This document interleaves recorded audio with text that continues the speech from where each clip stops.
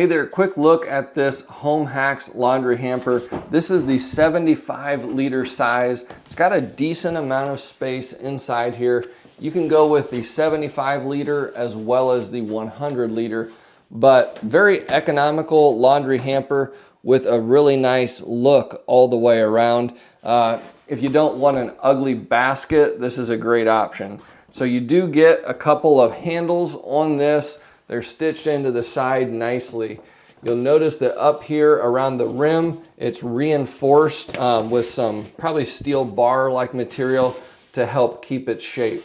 The material on the inside is kind of a stiff cloth material, and it's stiff enough that it helps keep its shape. I would, however, say that you wouldn't want to really damage this and like push it down and crinkle it all up. So that may cause it to deform over time. But overall, this is a nice looking basket. I just took this out of the packaging, so there are some creases in here still, but the colors and the materials all look excellent.